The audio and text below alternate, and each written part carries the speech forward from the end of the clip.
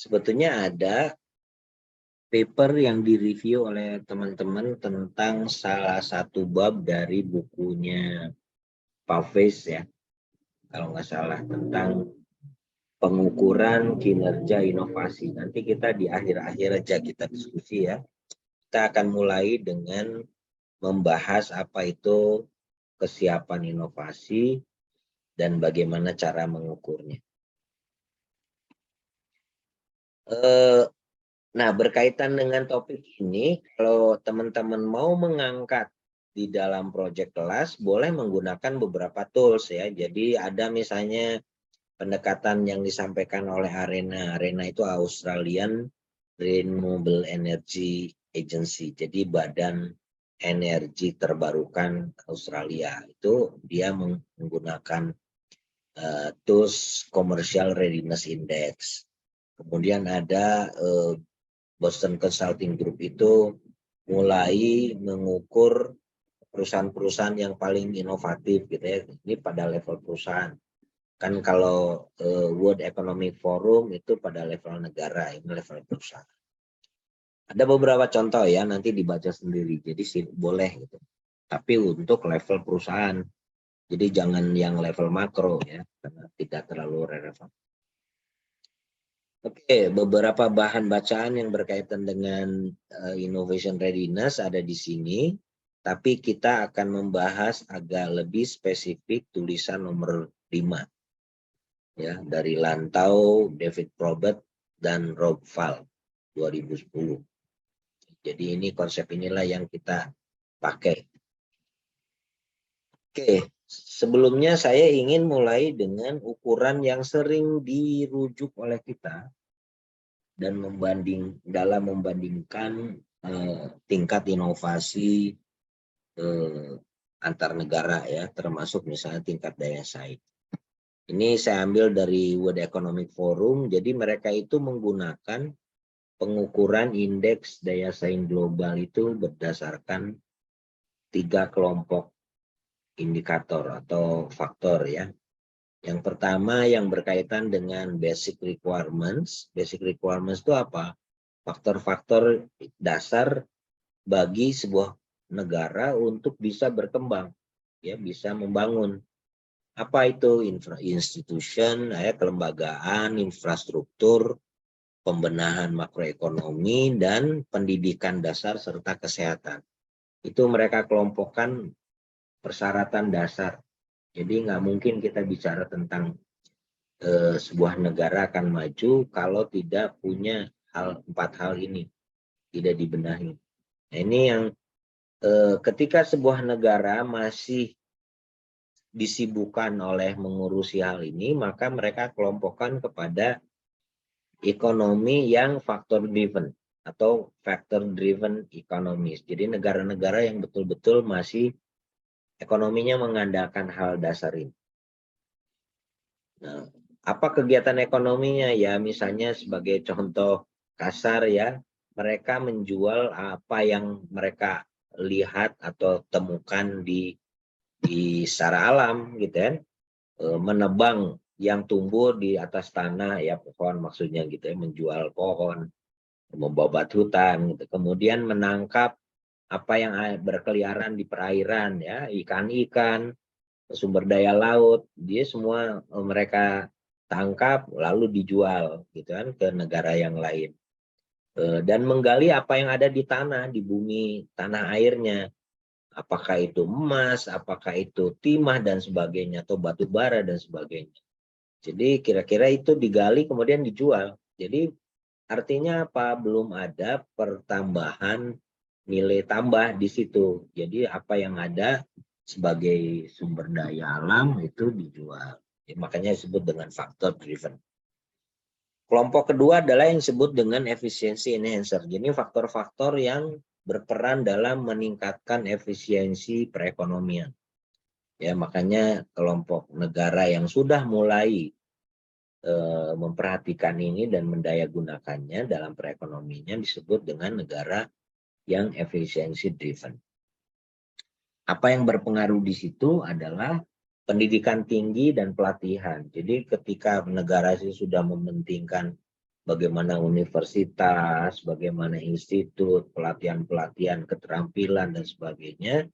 Kemudian berikutnya adalah bagaimana menata efisiensi di pasar ya, baik itu menyangkut barang maupun tenaga kerja serta keuangan, dan juga meningkatkan technological readiness, kesiapan teknologi, serta market size mengandalkan itu. Jadi kalau bagaimana misalnya sebuah negara memanfaatkan jumlah penduduknya yang banyak gitu kan, karena kan menyangkut perut ya, bagaimana mengisi perut-perut yang banyak itu. Nah, kemudian technological readiness ini ukurannya bukan seperti yang minggu lalu kita diskusikan, tapi lebih kepada ukuran makro, yaitu bagaimana infrastruktur ICT atau teknologi informasi dan komunikasi, karena dinilai bahwa adanya teknologi informasi dan komunikasi ini bisa membantu penyebar luasan atau difusi teknologi ke masyarakat, meskipun tidak 100% otomatis.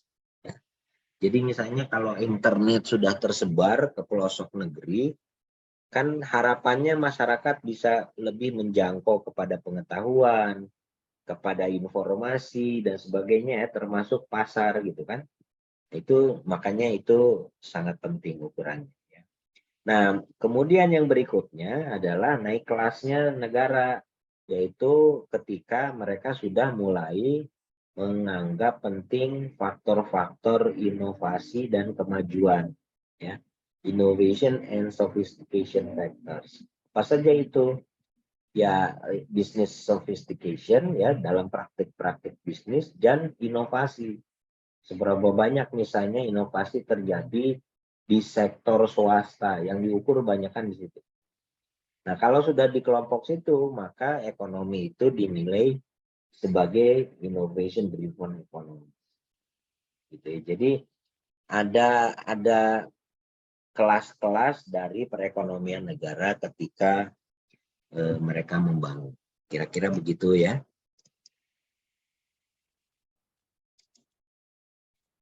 Oke, baik. Lanjut. Nah, bagaimana cara mereka mengukur itu sebetulnya bertahap juga ya. Jadi ada pengelompokannya. Ini memudahkan bagaimana kita bisa menggunakan kerangka pikir dari World Economic Forum.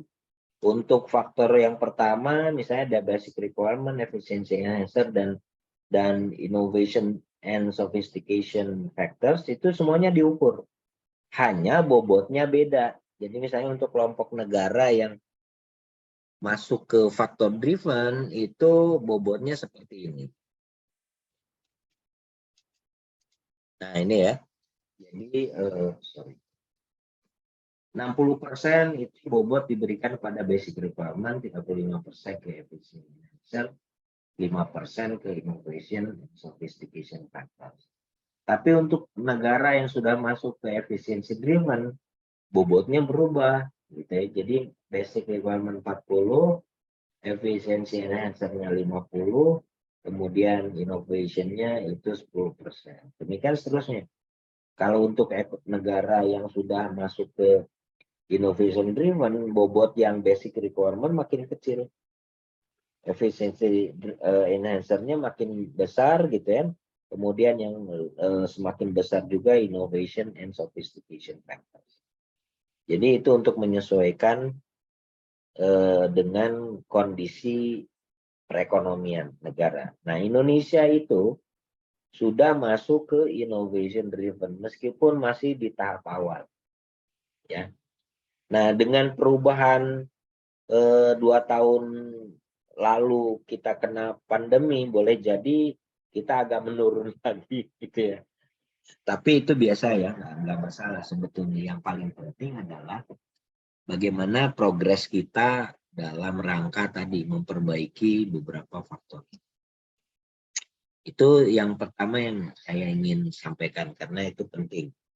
Yang kedua tadi Pak Yosef sudah menyinggung sebetulnya tentang ekosistem ya. Kenapa ekosistem makin penting itu disadari juga oleh World Economic Forum mulai tahun 2018. Ya, jadi bahwa untuk membangun kemampuan inovasi itu tidak cukup setiap elemen diperbaiki dan sebagainya ya, tetapi penting juga bagaimana kita membangun ekosistem inovasi yang semakin mendukung, semakin sesuai gitu ya. Karena kalau tidak, masing-masing stakeholder dalam sistem inovasi itu bekerja sendiri.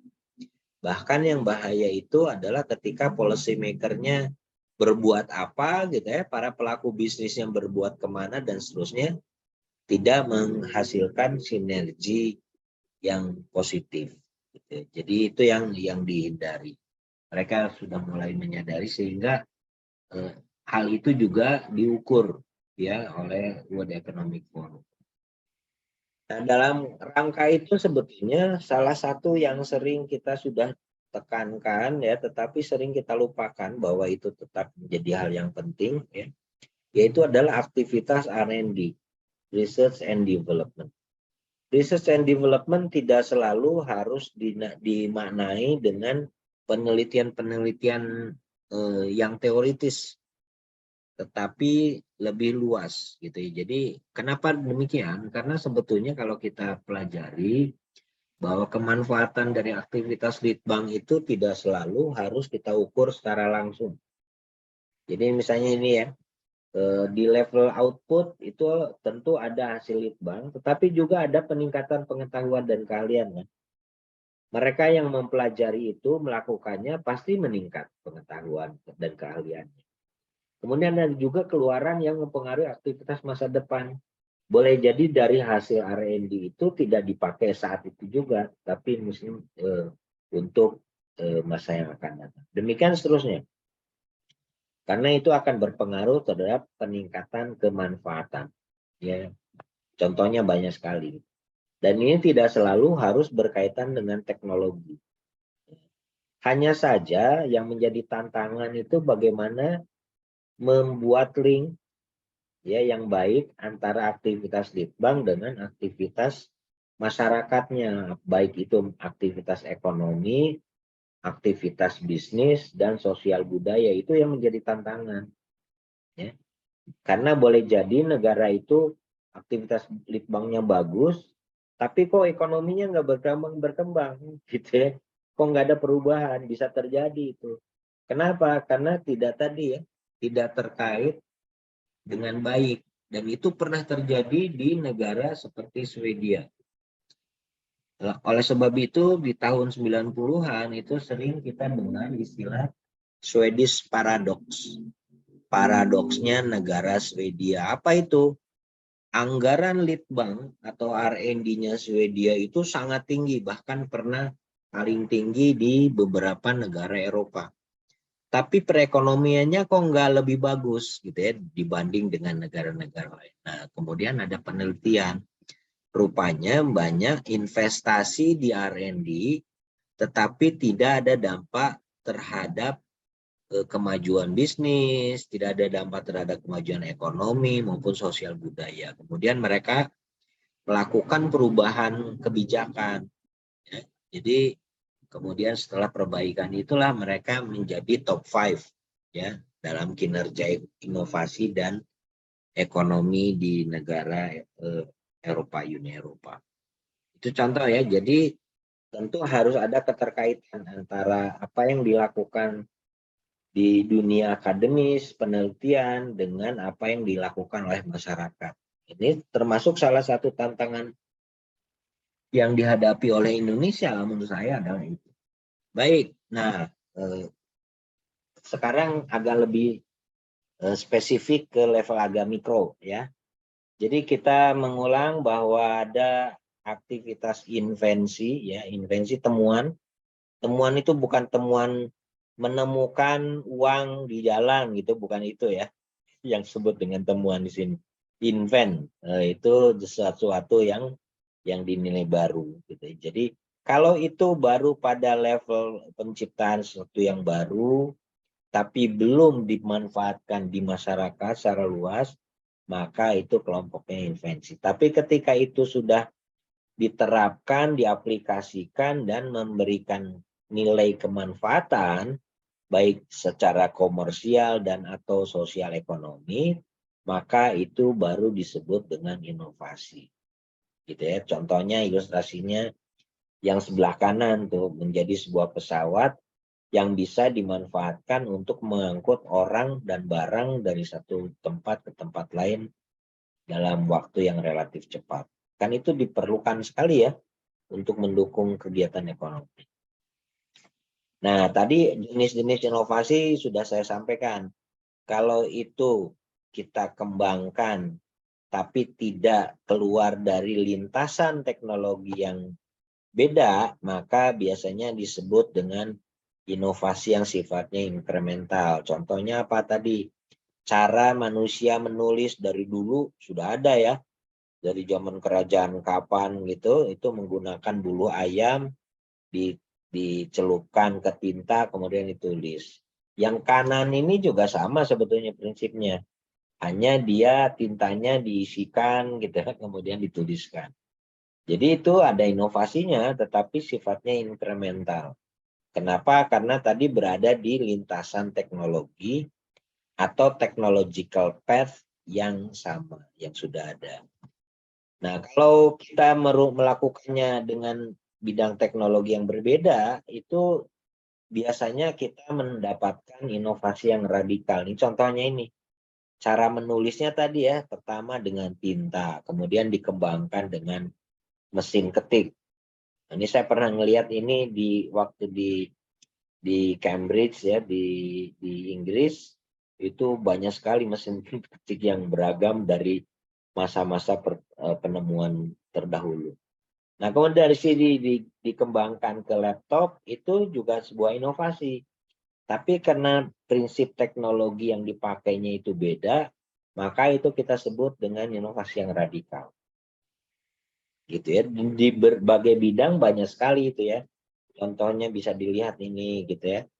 Pesawat seperti ini. Nah, kalau kita menggunakan pendekatan life cycle, itu biasanya yang radikal itu ada di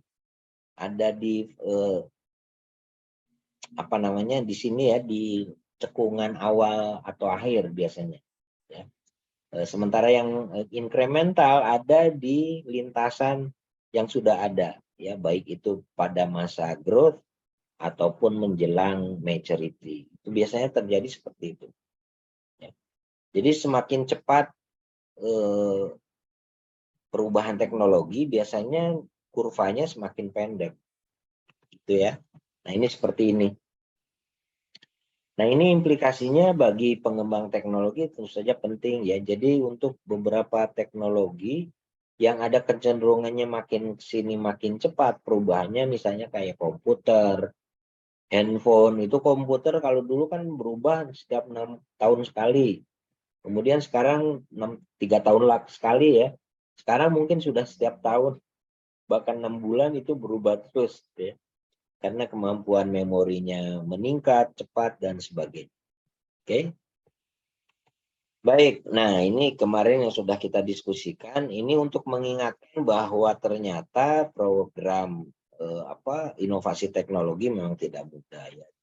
Yang tadi kan hasil-hasil yang bagusnya, tapi ternyata dalam kenyataannya tidak semua prakarsa inovasi teknologi itu berhasil gitu ya. Ada yang gagal secara teknis, ada yang faktor kontribusi ekonominya kecil dan sebagainya.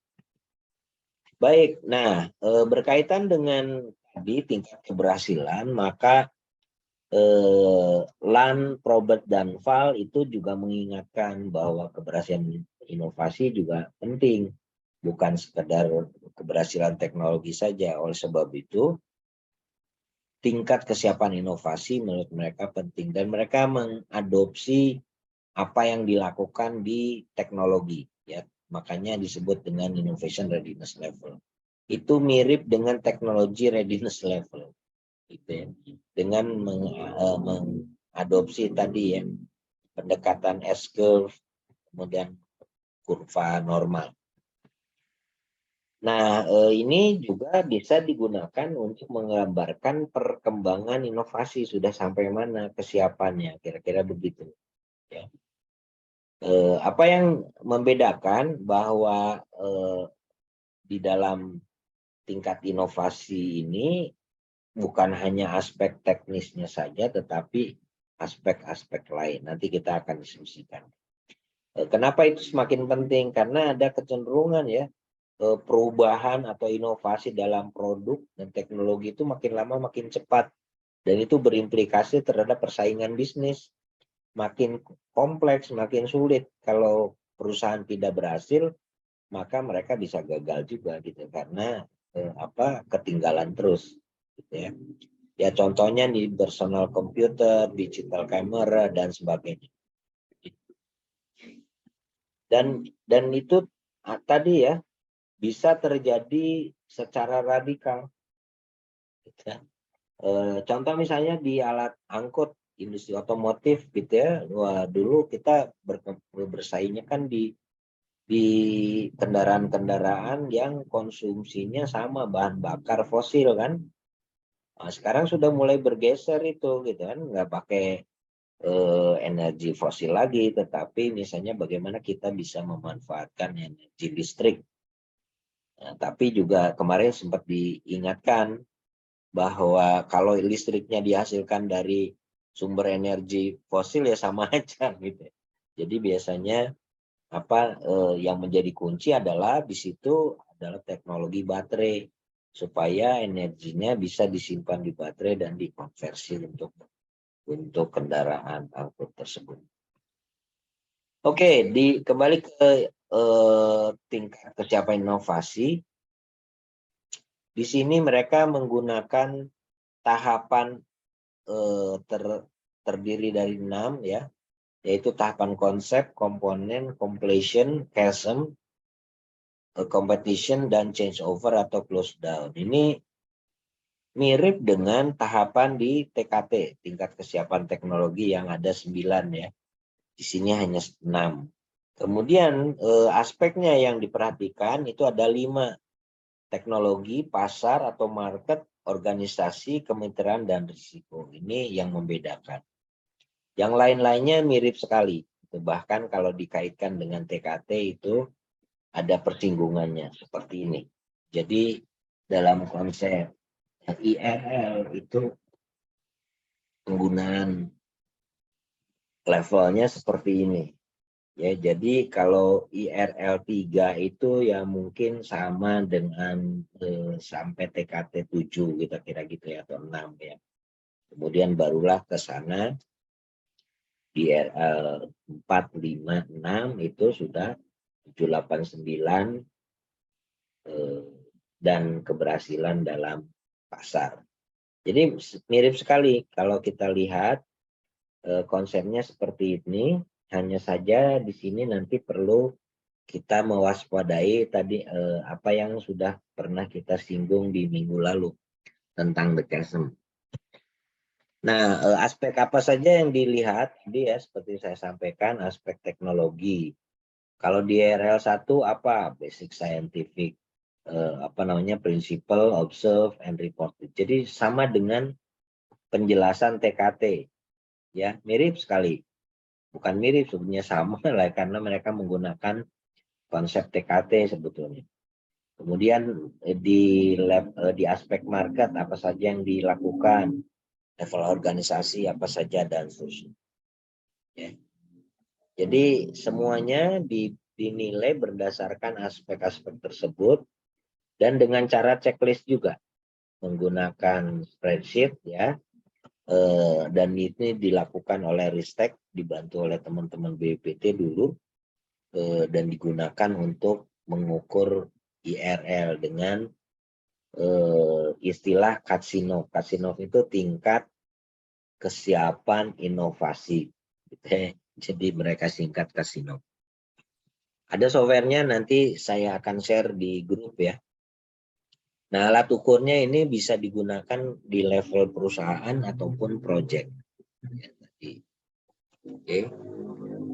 Nah, apa manfaatnya? Satu, sebagai model kesiapan inovasi yang sifatnya generik. Sekali lagi ya, sama dengan TKT itu harus disesuaikan dengan konteks bidang di mana kita mengukur. Ya. Itu harus ada diskusi untuk melakukan modifikasi adjustment. Yang kedua, memberikan informasi kepada pihak manajemen tentang posisi dan unsur kunci yang diperhitungkan terkait dengan inovasi. Statusnya seperti apa dan sebagainya. Ketiga, memberikan informasi tentang innovation life cycle dari sebuah teknologi.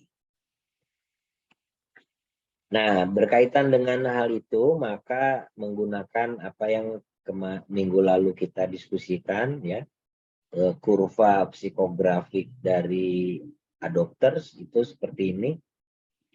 Ada kelompok berbeda dari inovator, early adopter, mereka termasuk early market, dengan kelompok yang majority ini, early majority maupun late majority. Kenapa? Karena karakteristiknya beda.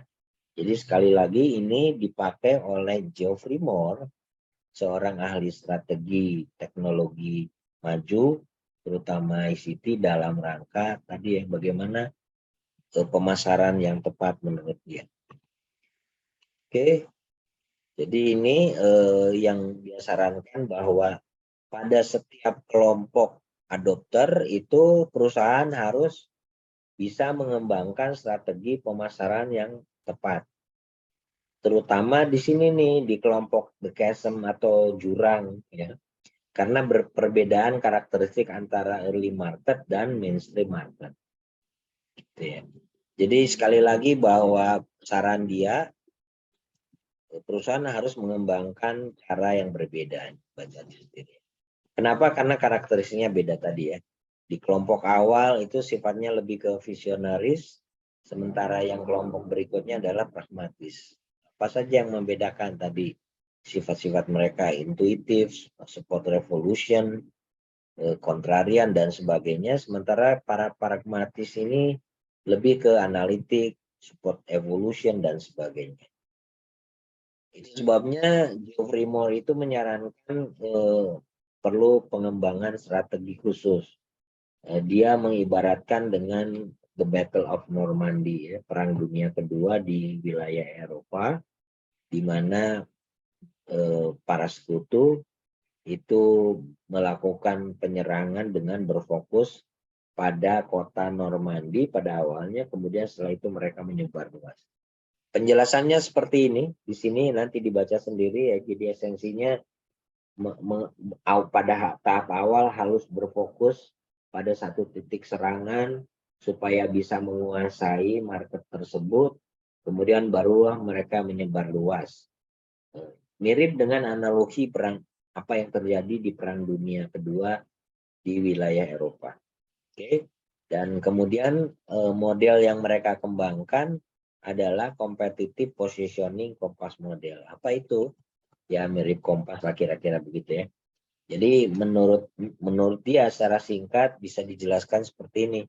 Di tahap awal itu kelompok yang kita sasar adalah kelompok teknologi antusias.